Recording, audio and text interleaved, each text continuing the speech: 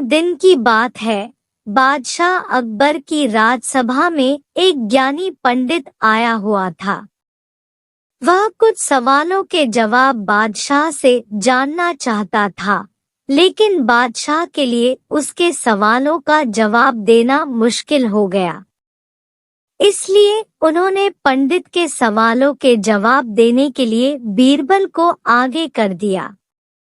बीरबल की चतुराई से सभी वाकिफ थे और सभी को उम्मीद थी कि बीरबल पंडित के हर सवाल का जवाब आसानी से दे सकते हैं। पंडित ने बीरबल से कहा, मैं तुम्हें 2 विकल्प देता हूँ। एक, या तो तुम मुझे मेरे 100 आसान से सवाल के जवाब दो या फिर मेरे एक मुश्किल सवाल का जवाब दो। बीरबल ने सोच विचार करने के बाद कहा कि मैं आपके एक मुश्किल सवाल का जवाब देना चाहता हूँ।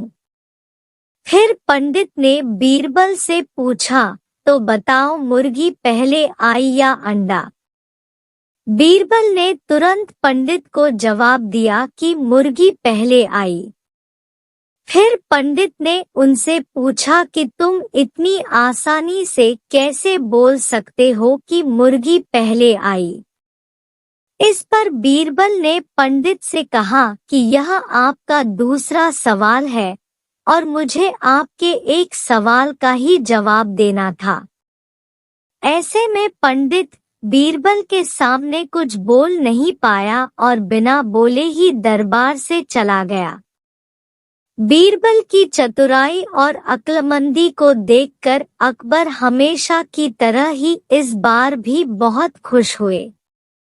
इससे बीरबल ने साबित कर दिया कि बादशाह अकबर के दरबार में सलाहकार के रूप में बीरबल का रहना कितना जरूरी है। कहानी से सीख।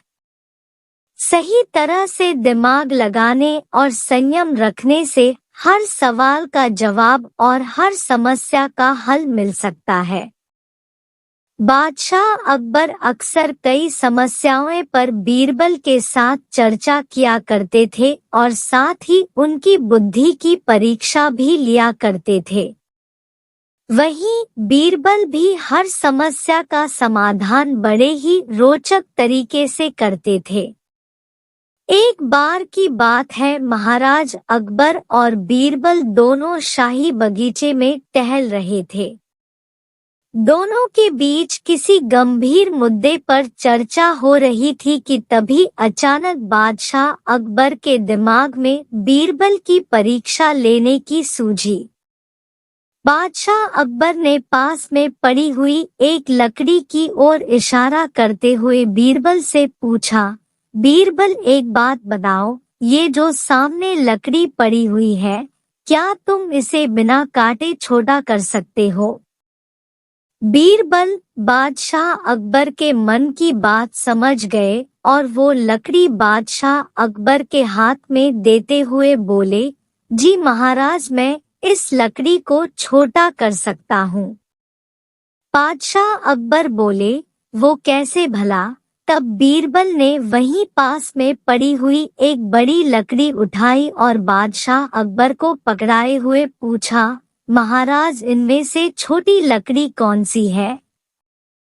बादशाह अकबर बीरबल की चतुराई समझ गए और छोटी लकड़ी बीरबल के हाथ में देते हुए बोले, वाकई बीरबल, तुमने बिना काटे लकड़ी को छोटा कर दिया।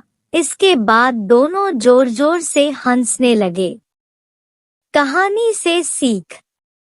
बच्चों, इस कहानी से यह सीख मिलती है कि परिस्थिति चाहे जैसी भी हो, दिमाग से काम लेकर उससे बाहर निकलने का रास्ता खोजा जा सकता है।